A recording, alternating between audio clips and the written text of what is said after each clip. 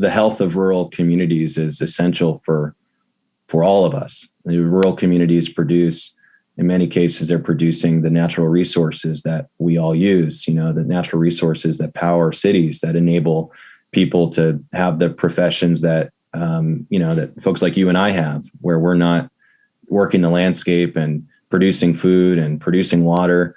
We have the luxury of doing these other things, but that wouldn't be possible without, rural communities. And so it's really, really important that rural places continue to thrive.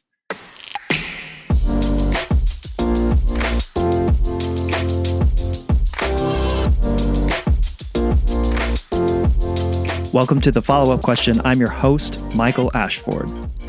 Come with me on a journey as I explore what it means to find common ground at a time when it feels increasingly harder to do so, to listen more than we speak so that we can understand that our differences don't have to divide us. My aim with this show is to bring you perspectives and ways of looking at issues or topics that perhaps you haven't considered before, so that you can then take that new knowledge and apply it to your ability to empathize with the people around you. I'm a former journalist who believes everyone has a story to tell, and it's only when we ask questions and listen that we truly reveal what connects us as humans. Our dreams, our desires, our experiences, our ideas, and who we truly are.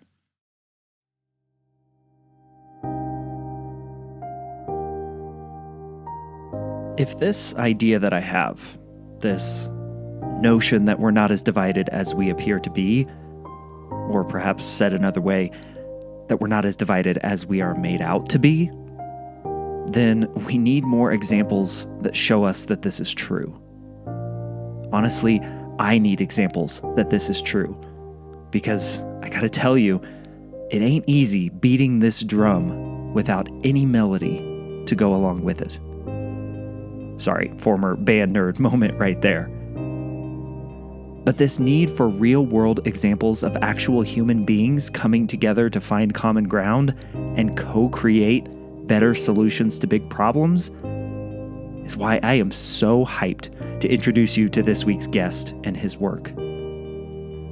James Parker is a filmmaker and director of the documentary Other Side of the Hill, which takes us to rural Eastern Oregon to document how climate change is affecting the livelihood and the economy of several rural communities there, as told through the voices of the people on the ground.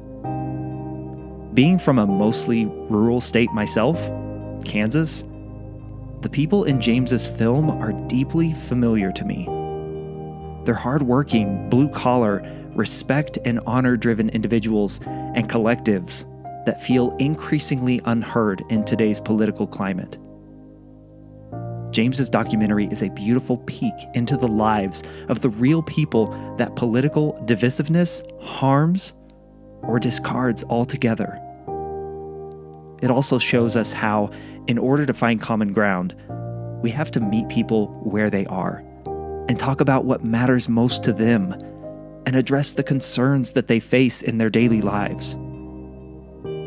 Other Side of the Hill is the example we need, that I need, to know that this work is not all for naught. In our conversation, James and I discuss why it was so important for him, a California guy, to go to Eastern Oregon to make this film. And more importantly, what lessons can we learn about how to achieve outcomes that leave everyone feeling seen, heard, and understood? I want to know your backstory and how you got into directing and film and all of that. Like what drew your interest into the line of work that you now do? Oh man, it started really, really young, probably third grade. I was really fortunate to have exposure and access to digital media, from pretty young, and got into kind of this documentary style of storytelling, through sort of middle school and high school years, and just really fell in love with the process of building rapport with people and having the privilege of being able to access other people's lives and their experiences in a really intimate way. And that taught me and continues to teach me so much about, what it means to be a human, to explore different issues, and to really continue to kind of cultivate empathy. And it's just like the best reminder, that we all share so much in common, but at the same time, we have such different, life experiences, and our day-to-day experience can just vary, greatly. So that's wisdom that documentary filmmaking teaches me on a daily basis. And why documentary filmmaking? Why not horror movies or rom-coms? Like, why documentaries?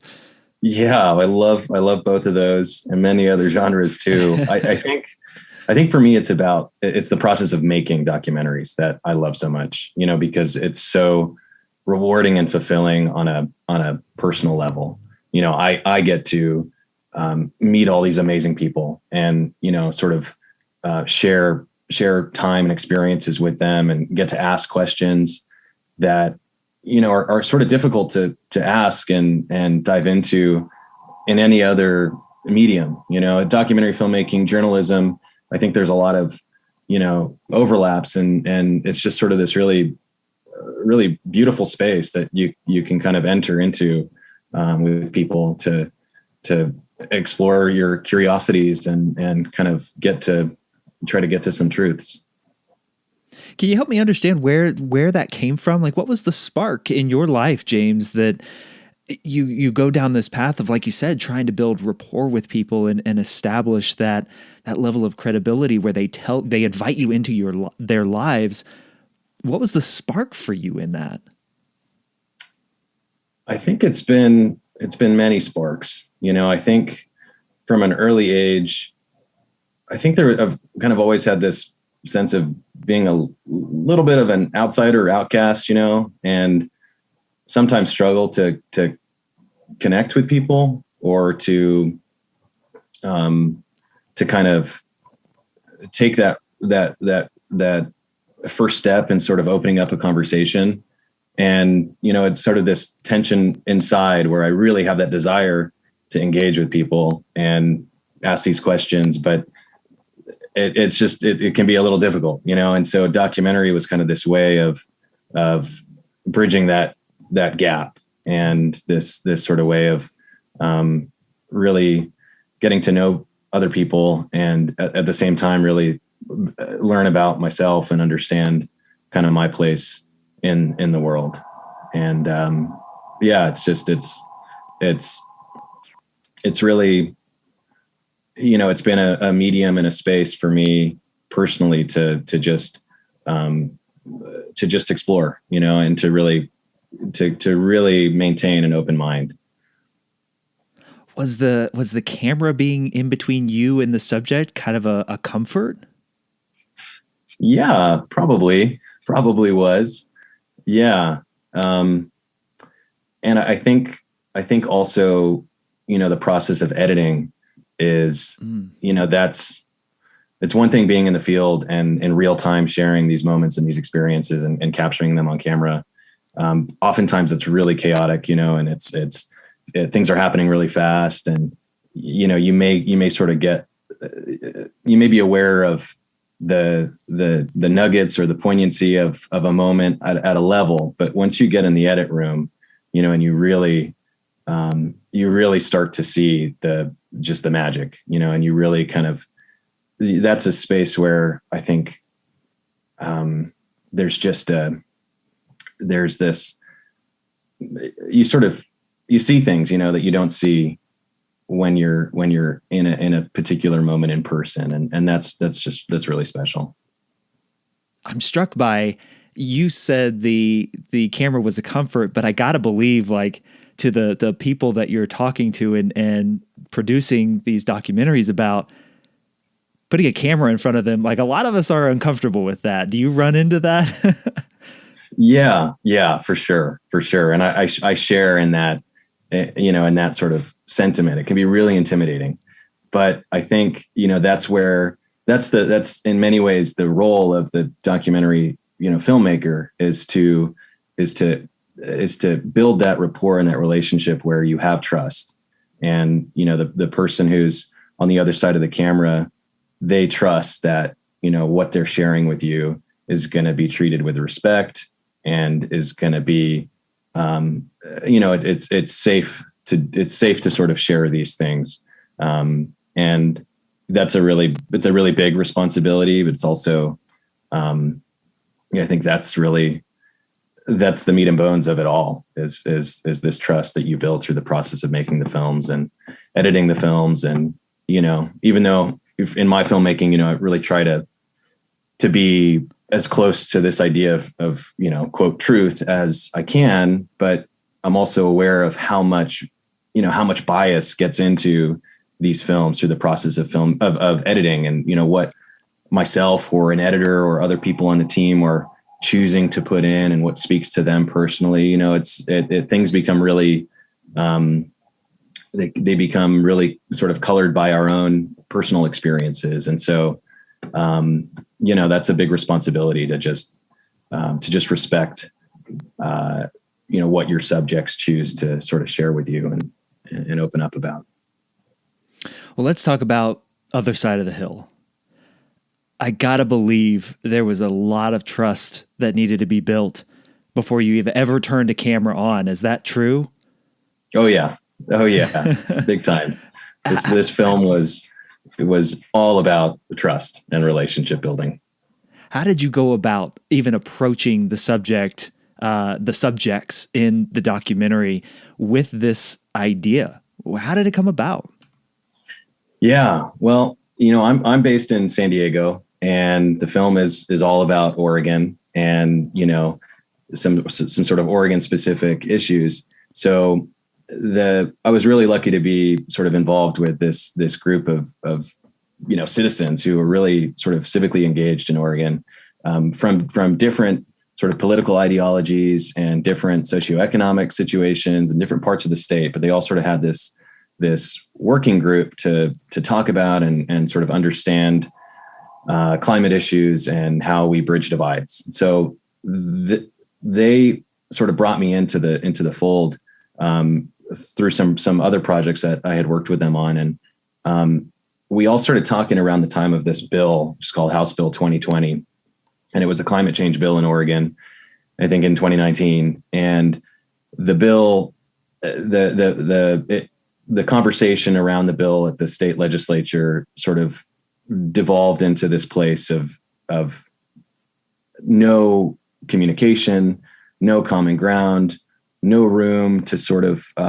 work through the bill through the standard processes of government, and it went to this place where senators were fleeing the state to avoid a vote on the bill. And so it was this really intense time of divide in Oregon. And, it was echoed in many other parts of the country too at the same time. And we all were really fascinated to sort of dig into this question of whether or not the rigidity of the sort of opposing sides that we were seeing at the state legislature, if that reflected the sentiments on the ground, specifically around climate change. And, in Oregon, there's a pretty distinct separation between sort of the political ideologies, in the western parts of the state, the more urban centers of the state, typically Democrat, and the east of the Cascades and the more rural parts of the state, typically Republican. And so there was like this, everyone on the east was anti-climate change, everyone on the west was pro-climate change. And we felt that might not be, representative of the facts on the ground, and it might actually be a little more nuanced than that. And so we thought it would be really valuable to just kind of dig into that and explore that curiosity, not knowing the answer, not really having an agenda besides wanting to explore this. So we packed up the gear and just started this road trip really around the eastern parts of the state. It was myself and a co-producer, Juliet Grable, who does live in Oregon. And so the two of us just started kind of going to different communities and making cold calls and sending emails, just trying to find folks who would sort of meet with us and talk about some things. And we had two sort of guiding questions. And one was, are you noticing changes in the landscape? And if so, what are you doing about it?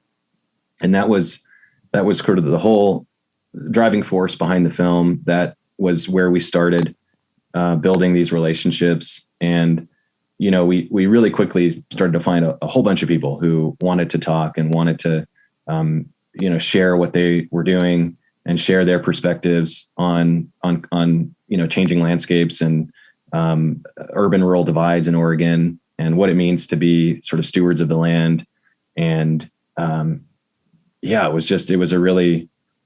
was really surprising to me in a way at how sort of quickly and easily we were able to start building these relationships. I think there were a lot of expectations even that I had about how that process might go. And, it really, we just sort of from the ground up started building these relationships and asking these questions. And what we found was really remarkable. It really was. I mean, I was just enthralled by the entirety of the documentary and just all the different things that people were saying. I wrote down and highlighted so many of them, but going back to what you were saying in the state level political divide, we saw the same thing in Texas this year. That Democratic senators left the state to avoid a bill, much like the Republican senators left the state in Oregon in that situation. Did you get any sense while you were on the ground talking with people of where that split, where that divide, like why is it so disconnected from what's actually happening on the ground? Well, I think in Oregon specifically, there's a long history of, sort of conflict, specifically around environmental issues. If we say, quote, industrial interests versus environmental interests, there was I believe it was in the 80s and early 90s, there was these big shifts in the forest policy, and it affected a lot of, timber operations in the state. And a lot of those operations were sustaining rural communities all over the eastern part of the state. In Lakeview, which is one of the communities that we featured in the film, I believe they had 8, sawmills at one time, and pretty rapidly that went down to 1. And so the whole community, was really sort of decimated economically and had to, was sort of left with nothing. And I think it was that moment in time among others in the state that sort of started to, started this sort of pattern of mistrust and conflict. And of course, on the, from the environmental community, from that perspective, there was a lot of mismanagement happening in the forests, and there were a lot of practices that were really damaging to, to the integrity of the environment in the state. And so there was, from both perspectives, there was this mistrust. And I think that legacy is really strong in Oregon still. And so, when it comes to new policy and law that speaks to climate change or environmental issues, I think there's just, it's a really sensitive issue and topic. And when we spoke, a lot of folks we spoke to in rural Eastern Oregon, really emphasized the fact that they feel as if they're not heard, and they don't have sort of an equal voice with the lawmakers in Salem, in the western part of the state. And they feel like there's sort of this unfair, new policy might come down and there's sort of an unfair distribution of the costs and the benefits. And also around climate, there isn't as much acknowledgement as I think people would hope of sort of the local wisdom and local knowledge of the land and of environments and working landscapes and stuff. And so there was, many of the subjects who we spoke to and spent time with communicated this sort of desire to, want to be heard. Because you're talking about people's jobs and livelihood, right? I mean, that's ultimately what people are the most fearful of losing. I got to imagine. Is that true? Yeah. I think that's right. It's, yeah, the landscapes in rural communities and the natural resources really do sustain the majority of jobs, and yeah, it's a really important consideration, as we continue to shift in this reality of climate change. I think it's really important to have that discussion around equity and just transitions, and how we make sure that folks aren't just being forgotten through this process.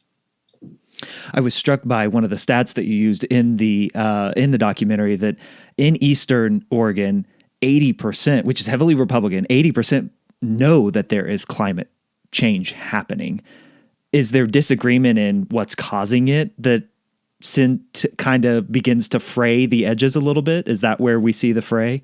Yeah, I think so. Yeah, and that particular stat, which was from Nils Christofferson and from Wallowa Resources, over 80% of folks in rural Eastern Oregon agree that the climate is changing, and less than 50% acknowledge that it's human caused. So the causality starts to become the tricky area to find, that common ground. But I think in a lot of situations, it might be enough to sort of get things started when we all sort of, or the majority of folks, can agree that things are changing, and there's a need to at a minimum become more resilient to weather those storms, so to speak. The thing that really struck me right off the bat in watching the film was this distinction between the extractive economy and the stewardship economy. And, you're talking about a heavily Republican area of the country, of the state. Stewardship is absolutely has ties into the Christian faith, which you can make some assumptions that a lot of people in that area are going to be Christian. When did you first hear that distinction being made, that we need to transition from an extractive economy to a stewardship economy, and how throughout the film you show we're going from heavily timber and deforestation to we're going to renewables? That was striking to me because I had never heard it really put that way. But man, that sounds right. That sounds good no matter where you come from. I got to believe. Where did you first hear that? Yeah, well, we first heard that from Matt King, who's also from Wallowa Resources, and he shared these perspectives that were really, really striking around the need to take into consideration the many aspects of what it means to have a healthy environment. And the Wallowa County, for some context, is really remote in the sort of northeastern part of the state. Ranching and farming and other sort of natural resources. It's a natural resource based economy. So most of the economy is tied into the landscape, and it is in everyone's best interest in that community to ensure that the landscape continues to be healthy and continues to produce, food and water and energy, and, the resources that sort of keep the community afloat and sustainable.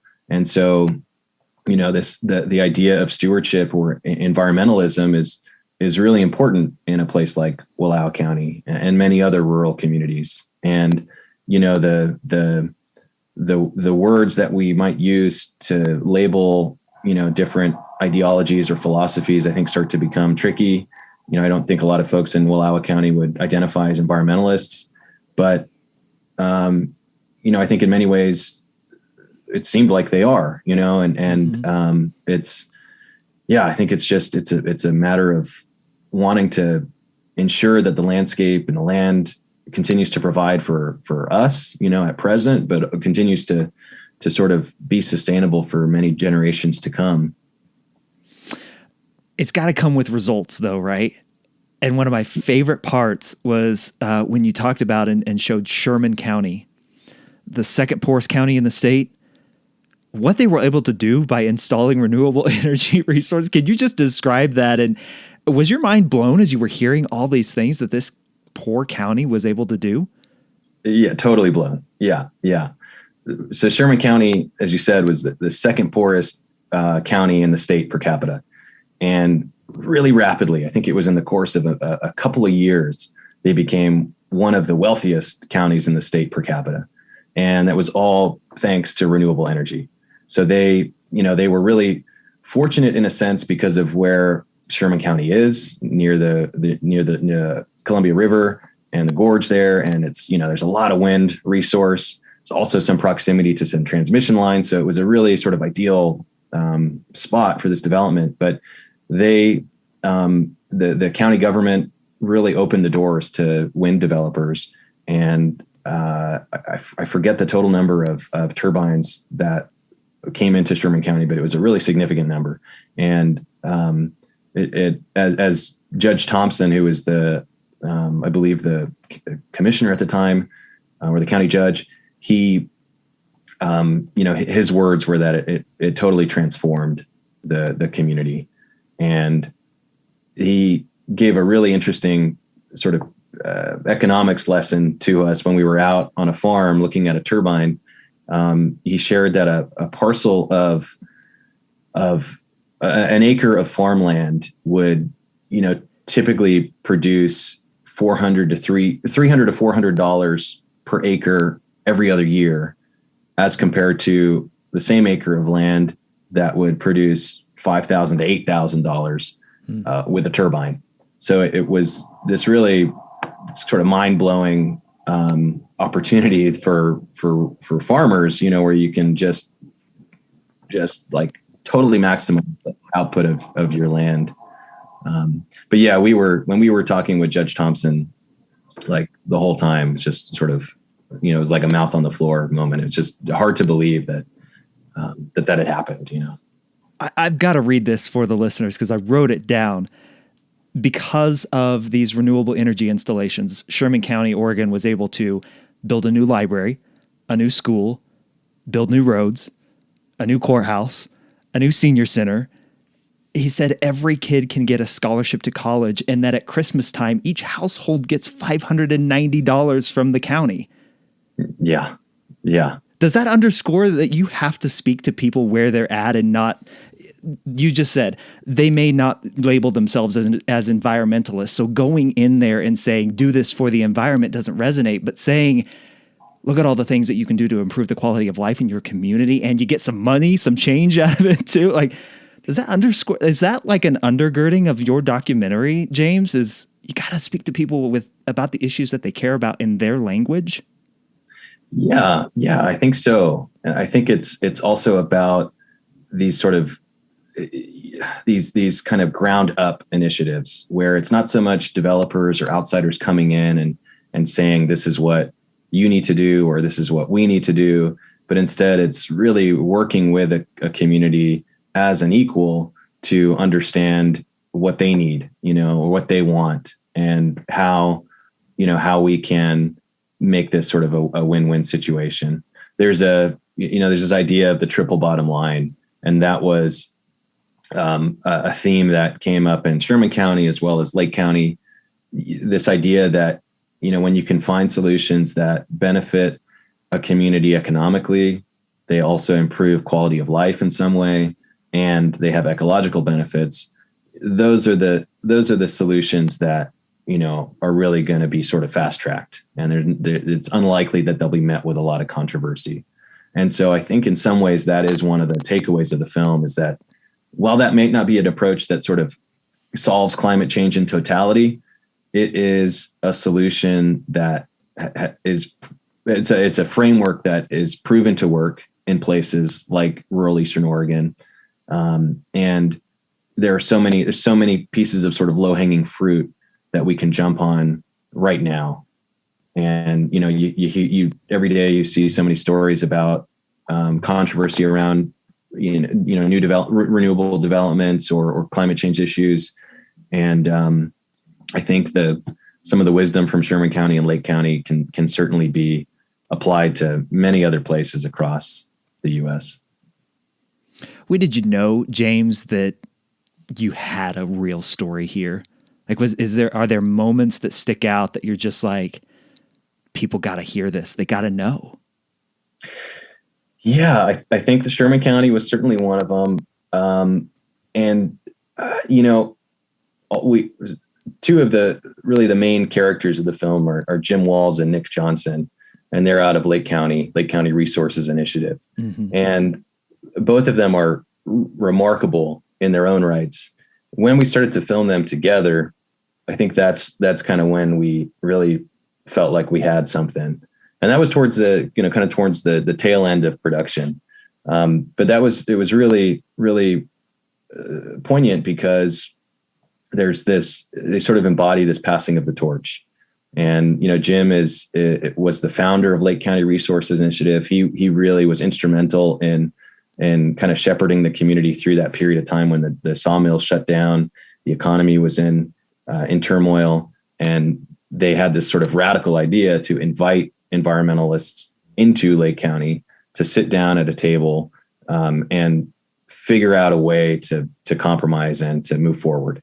And now, 20, 30 years later, Nick Johnson is coming in to sort of take over the organization and fill Jim's shoes and sort of carry on that mission with at a time with, perhaps even more conflict and challenge in terms of sort of moving into the future. And so their dynamic was just, it was so beautiful to witness and capture, and the respect that they both had for each other, and the sort of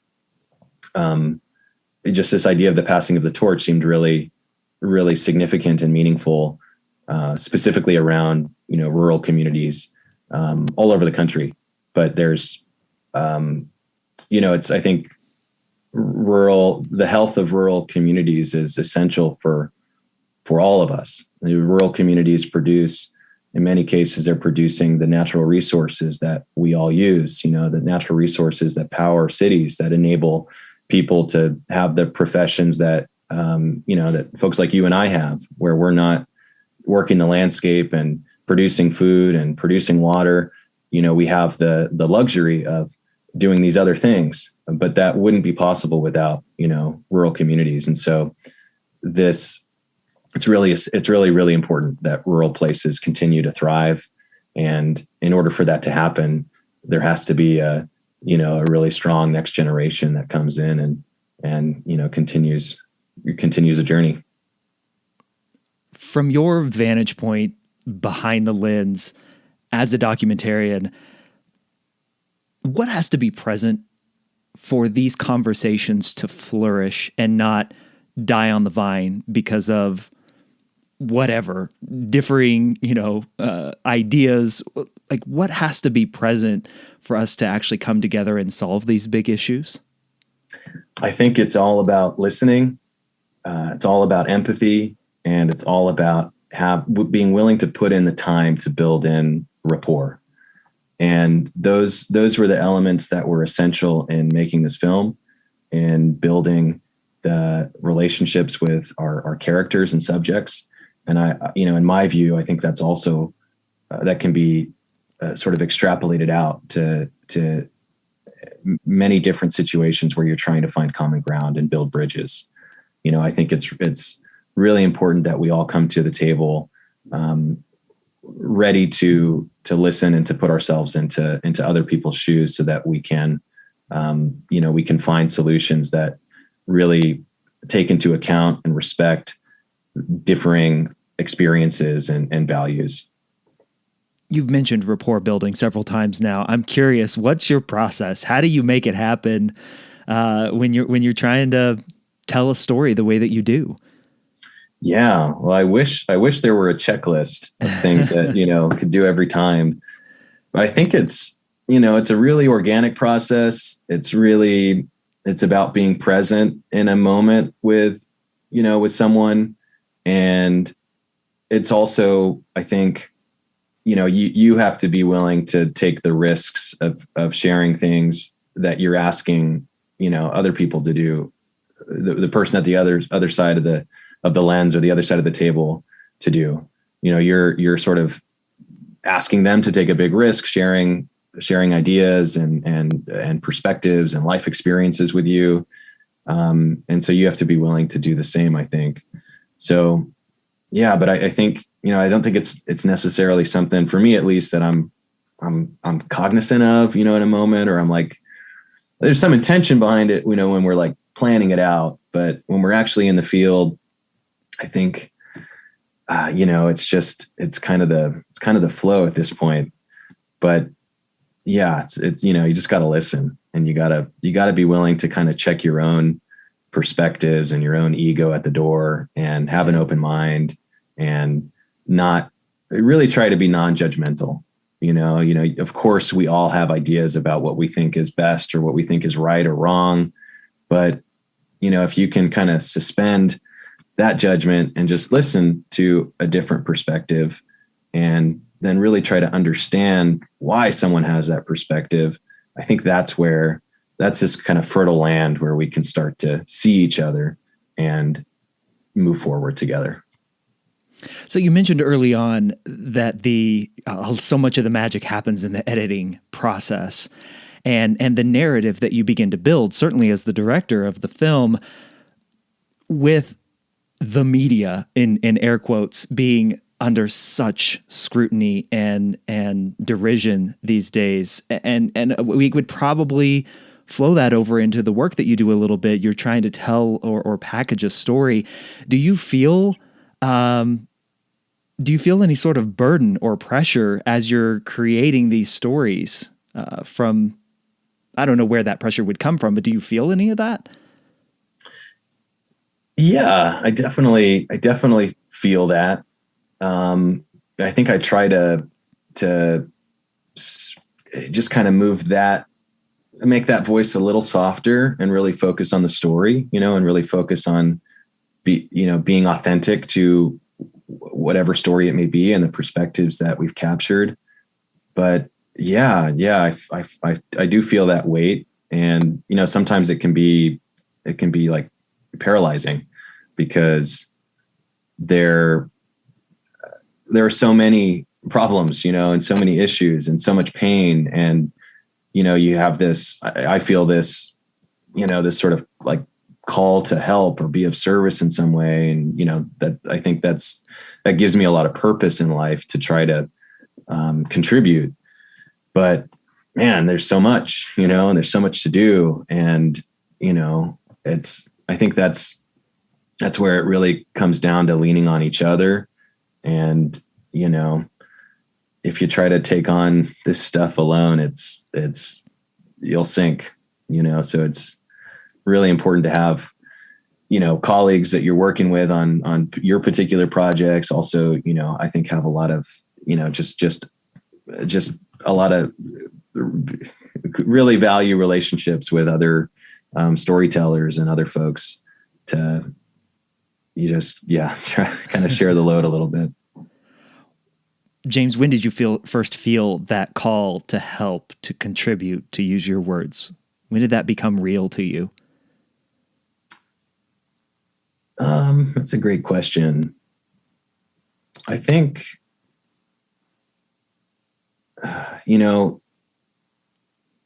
just like,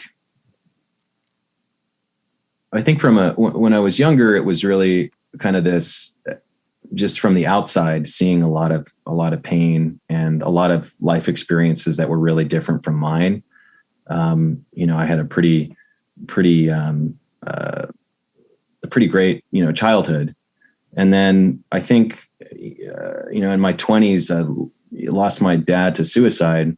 And that was a moment where I think there was this, I kind of experienced some of that pain in my own world, and things were sort of shattered. And that really, I think, solidified this desire to be of service, and this desire to sort of reach out, and I think, like, understand, be an ear to people, and to try to get to the root of different perspectives. And, I think especially go to places and to stories that aren't mainstream, might not be getting as much attention or the limelight on them.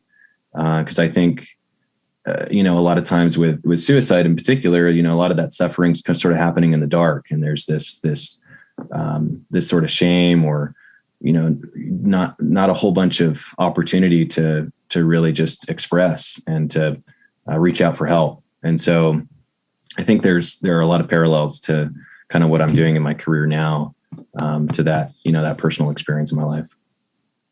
Who was that person for you?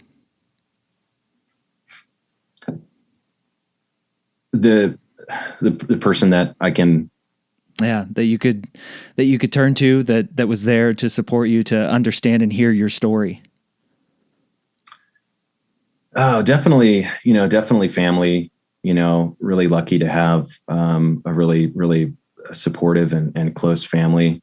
And also friends. A community of folks around to help uplift and to share. To share in some of these different experiences, and really lucky to have that. And I think a lot of folks don't have that. And so, just grateful, Yeah. Do you get pushback? And from this film in particular, from Other Side of the Hill, do you get pushback? Did you get pushback in the filming of it at all? Surprisingly not so much. Yeah.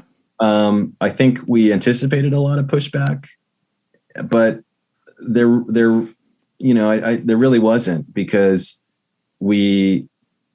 especially when we're out in different communities in rural Eastern Oregon, we were really cognizant and intentional about the language that we used, and, respecting different opinions and not having an agenda, and also, not using people as sort of pawns to tell a certain story, or back up a certain perspective. We really tried to just present the perspectives that we captured, and be true to those. There was a little bit in the field, there were a few times where we sort of, we used the phrase climate change, and that can sort of be a red flag to some folks, that you might have a certain agenda, or you have a certain set of values that might be different than someone else's. So we really quickly learned that it was important to be mindful of that, and use phrases like changing landscapes, or even changing climates, and that, I think, is that it's like, it doesn't really matter if we call it what we call it, if we're able to break through some of the division by just using a different word, then I think that's, that's what we should be doing. And certainly in the film, that's what we pivoted to and carried out and throughout production, and also distribution of the film. I want to give you my takeaways from watching it, but I want to hear from you first. Like, what do you want people to take away from this? Well, I think most importantly that, trust and relationship building is I think at the core of being able to find common ground and build bridges. And, I think this film taught us that there's so much opportunity to build common ground. There's so much room to find solutions, and if we're able to do a better job listening, a better job really valuing different experiences and perspectives, I think we'll have much better success at kind of bridging some of these divides around climate change. I also think this framework of the triple bottom line is a really important takeaway. Really finding those pieces of low hanging fruit that we can embrace quickly and find common ground quickly. And also that there really isn't as much disagreement about climate change as we may think. Urban rural divides are certainly a real thing, and there is a lot of tension and conflict around many issues, including climate change. But there's a lot of space for us to find where we all acknowledge that things are changing. We need to change, as we move into a future where the effects of climate change become more severe and more frequent. And that is really an important thing, I think, to keep in mind, that already we have a lot on the table that we can agree on. And so let's really kind of shift the mindset from fear and despair and no common ground to, okay, this place where we're all sitting at a table and we have a lot that we can work from. I love that. And to flow out of that, some of the things that I just highlighted was, take on the supportive attitude that we have after a disaster beforehand with each other. And that one of the subjects, and I failed to write down the person's name, but the question was asked, what do you want for the future? That's actually the same for most people. If you ask them that question, what do you want for the future? And Jim Walls, the founding director of the Lake County Resources Initiative, said very early on, there's this level of selflessness throughout the film that I'm going to put aside my selfish desires for the greater good of those people around me, even if I disagree with them. And he said, it's not going to mean much to me, but it is to my grandchildren. And I don't know if you intended to have that message of selflessness in there, James, but it shone through to me. When you hear that, does that resonate? Yeah, absolutely. Yeah, I think that, Jim is just an incredible guy. And, he really is selfless. And, I think that idea of passing on, something better to the next generation is really beautiful. And that's a really important factor in finding common ground. I think that is something that a lot of us can agree on and share this desire to pass on something better, and to be good stewards of the land and sort of what we have in this life. Jim is, I'm glad that really spoke to you, because it did to me as well. And Jim, I think he's an example that, a lot of us can learn a lot from. For sure. And I love that you use the word steward in there as well. Again, so James, what's a question that you wish you were asked more? That question. That's a good question. Oh man.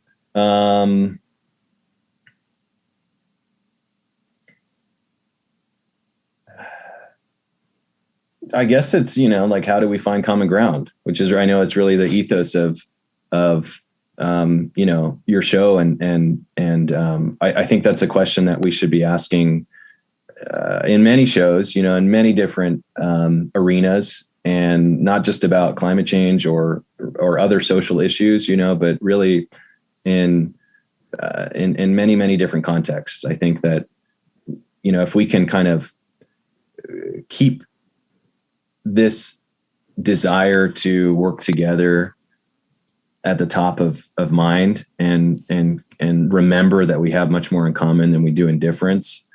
I think we just see better outcomes across the board. And, we're much more efficient because we're not spending so much time fighting. We're spending time really debating or having, productive arguments that are getting to sort of the best solution for whatever issue it may be. But, it's really, unfortunately, so much of the time we see just this fighting, it seems, for the sake of fighting, or just voicing, just kind of competing to be heard and getting louder and louder and louder on each side, but really not seeing each other on kind of opposing sides of an issue. So yeah, I wish we were all asking each other more often, like, what do we share in common, or, what can we do to find some common ground here? Was there a point in creating this documentary that you felt, wow, I didn't know that, or like something surprised you as you were going through this and hearing these stories? Yeah, so many times throughout the production of the film and post-production that happened. Um,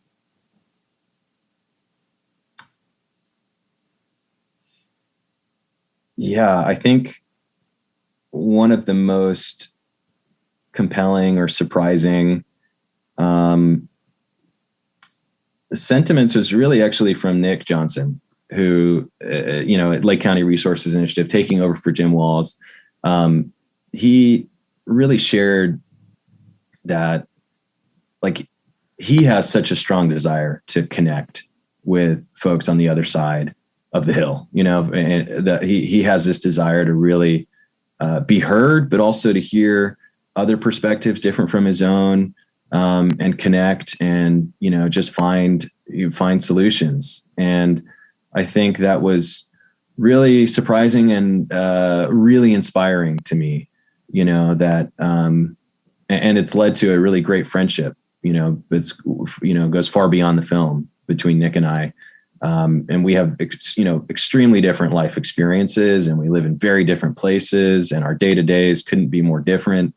But, I think we've really discovered this, just common ground. And I think it